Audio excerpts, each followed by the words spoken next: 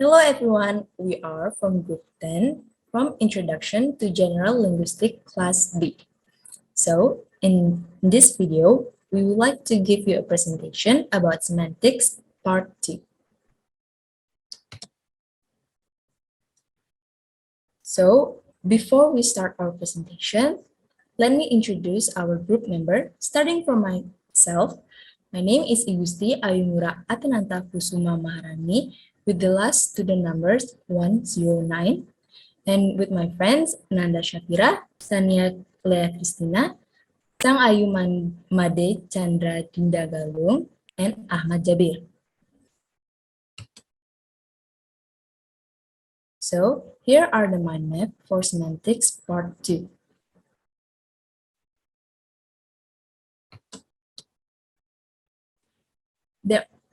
In the names, the names are divided into 4 parts, which is hyponyms, synonyms, homonyms, and antonyms. And here are the mind map for the names.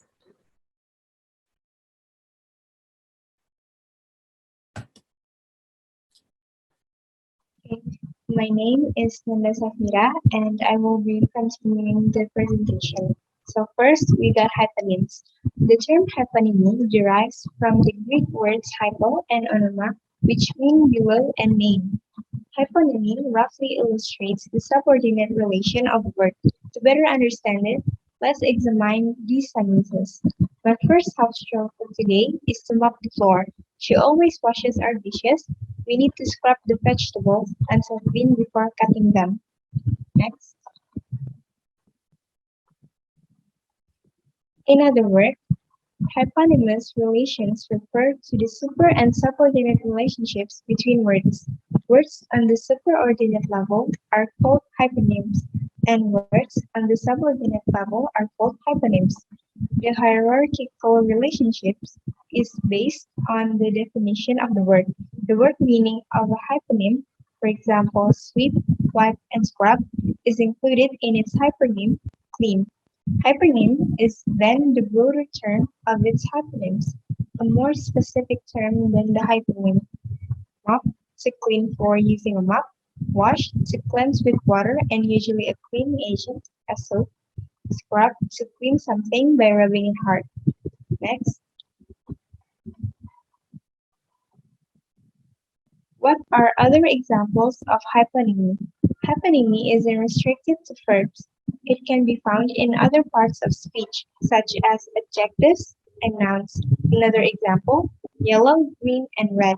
From this example, we can say that red, blue, and yellow are the hyponyms for color. Color is the hypernym of red, blue, and yellow. Red, blue, and yellow are co-hyponyms of each other. Next. Next is synonyms. Words that have similar meanings that share the same semantic properties are called synonyms. These are words that sound different but mean the same. When you paraphrase or restate a sentence that you have read or heard, you are using synonyms for some of the original words. English has so many synonyms that the speaker must choose the words that suits the intended meaning the best. The words woman and lady have the same semantic properties as shown below. Next. These synonyms have the same denotation. Their first definition in the dictionary would be the same. However, they have different connotations. The shade of meaning for each word is different. The word lady tells us that the referent is polite, kind, and perhaps elegant and proper. The word woman implies that she is strong and determined. It may also have sexual overtones. The words purse and pocketbook have the same derivative meaning because the same item, the same reference, can be designated by both words. The difference between these synonyms is the region of the United States that the speaker comes from. The same item that is a purse on the West Coast is called a pocketbook on the East Coast.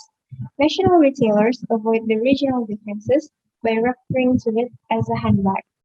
Next. Next is homonyms. Homonyms are words that sound the same, have different meanings, and might be spelled the same or differently. For example, to, tail, flower, flower, rose as in flower, rose as in rice in past tense, and etc. These words sound the same, but each of them have different meanings. Homonyms can be separated into two groups: homographs, same spelling, different pronunciation, and homophones, different spelling, same pronunciation. Hello, my name is Sania Lea Kristina and my last student number is 111. I'm going to continue my friend's explanation about homonyms. There are also homonyms which are both homographs and homophones. These words are both spelled the same and have the same pronunciation. The only difference between these words is their meaning, and the only way we can understand which one is meant is by reading the rest of the text or listening more to gain some context clues. Polysymous words have more than one meaning. The word school can be an institution of learning or a group of fish. This is the basis for the humor of the poem. Fish are really smart. They always are found in schools. Polysymous words and homonyms are often the basis for jokes based on the different meanings possible for the same word. They are also the source of utterance that are misunderstood because of lexical ambiguity. Next slide, please. And the next is antonyms. The definition of antonyms are words that are opposite in one of their semantic properties. Lyons, 1977, defines antonym as the words which are opposite in meaning, and antonymy as the oppositeness between words. For example, buy and sell is a pair of antonyms, and the relation between these two words is termed as antonymy. Leeds 1981 puts forward the definition of antonym and antonymy is semantics that the opposite meaning relation between the words is antonymy and words of opposite meaning is antonym. Lexicographer Hajjan 1968 defined that an antonym is a word so opposed in meaning to another word, it's equal in breadth or range of application, that is negates or nullifies every single one of its implications. The classification of antonyms. The first is complementary pairs or complementarity are antonyms that express a binary relationship such as the word male, female.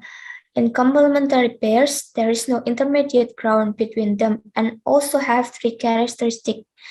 The first, they divide up the whole of a semantic field completely. The second, the norm in this type is absolute, and there is no cover term for the two members of a pair. For example, the opposite words of day is night, and the opposite word of boy is girl, and the opposite word of inhale is exhale. And the second classification of antonym is gradable pairs or graded antonyms are antonyms such as big or little that are part of a larger set of related words and express the concept that one of them is more, whereas the other is less. The characteristics are the members of a pair differ in terms of degree. Antonyms of this kind are graded against different norms, and one member of a pair, usually the terms of the higher degree, serves as the cover term. For example, the hot and cold, delicious and disgusting, and the opposite words of expensive is cheap. And the last, relational converse opposite are antonyms that express a symmetrical relationship between words and have a close relationship in which each word cannot exist without the other, or one word has only a single relational opposite. For example, the opposite of buyer is seller, because if there is a buyer, then there must be a seller. And the next is about other kinds of meaning, structural semantics.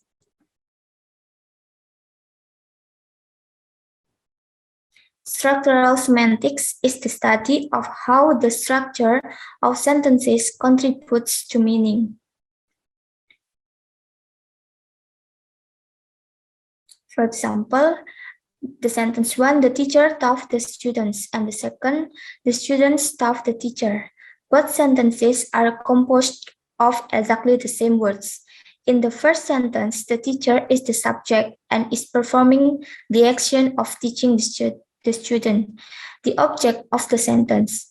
In the second sentence, the only thing that has changed is that now the teacher is the object and the student is the subject. However, the change in the structure changes the meaning of the sentences, such that the first sentence describes a commonplace event, but the second describes a more unusual one.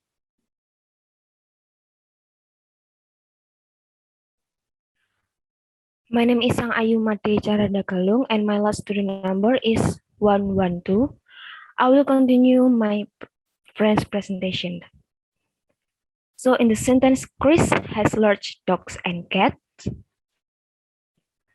One of the reasons for the ambiguity is that in English, the adjective comes before the noun, and so the scope of the adjective tends to extend to words that follow it.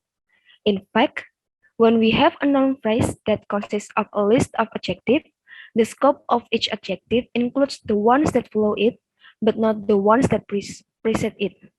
So in the title of the film My Big Fat Greek Wedding, we can envision the scope of each adjective to include all of the words that follow it. Next.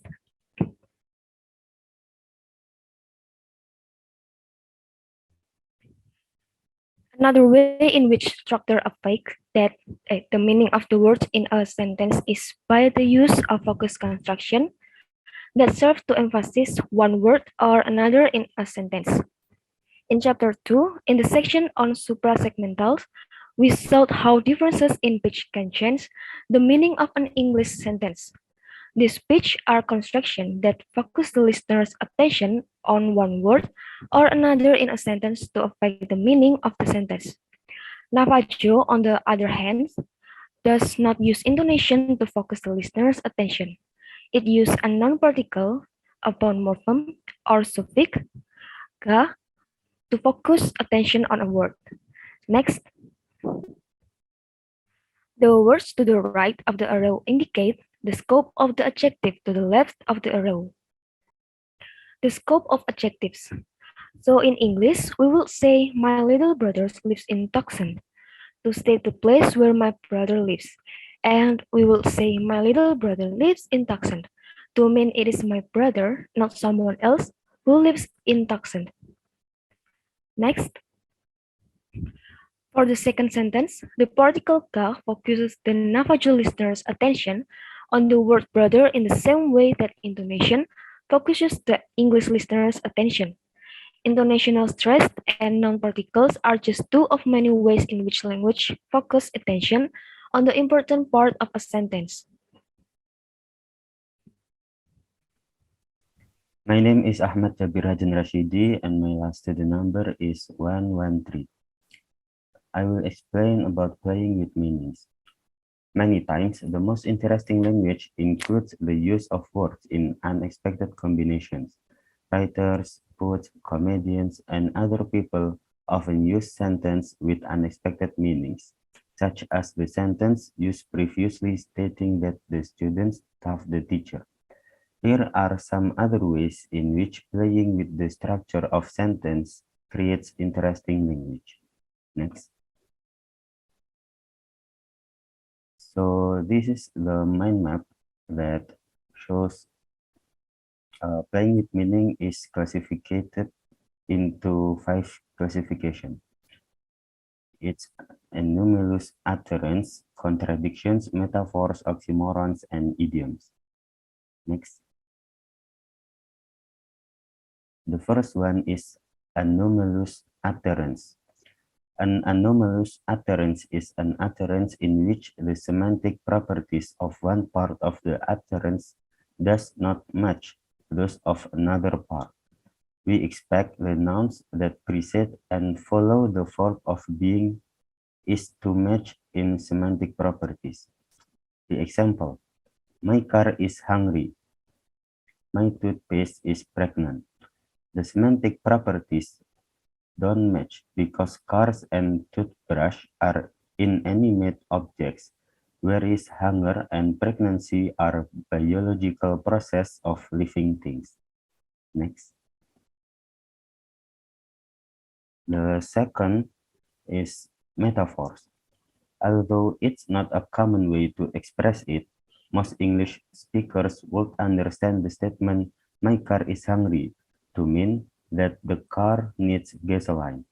When anomalous utterances are used this way, they are called metaphors. Symbolically, two dissimilar items are considered to be similar. In the previous sentence, a car is implicitly compared to a living creature, and its need for gasoline is compared to the need for food. when when Americans use the term gas guzzler for a car that use a lot of gasoline, they are comparing the car's need for gasoline to the living creature's need for drink. Next. The third is contradiction. So let's take a look at the example. My husband is a man. My husband is a child. The words husband and child contradict each other. In some cultures, such as the Mbuti Pygmies of Africa, it's common for children to be married in name only.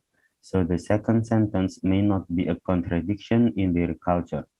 But in our culture, it's not possible for a married man to be a child. Therefore, the second sentence is a contradiction. Next. The fourth is oxymorons. Oxymorons are phrases that combine contradictory words. Sweet sorrow, thunderous silence, sedentary activity. Poets and writers often use oxymorons to achieve a special effect and evoke a range of emotions. Next. The last one is idioms. Idioms are utterances in which there is a contradiction between the meaning of the parts of the utterance and the entire utterance. Consider the two words that make up the word sweetheart. Sweet is a sugary flavoring for food, and heart is an organ of the body, a muscle responsible for pumping the blood. But when the two words are combined, they refer to a beloved person, which has nothing to do with what the morpheme and word sweetheart mean individually. Okay, that's all from us. We hope you understand what we explain, and please feel free to ask if you have something you don't understand. And goodbye.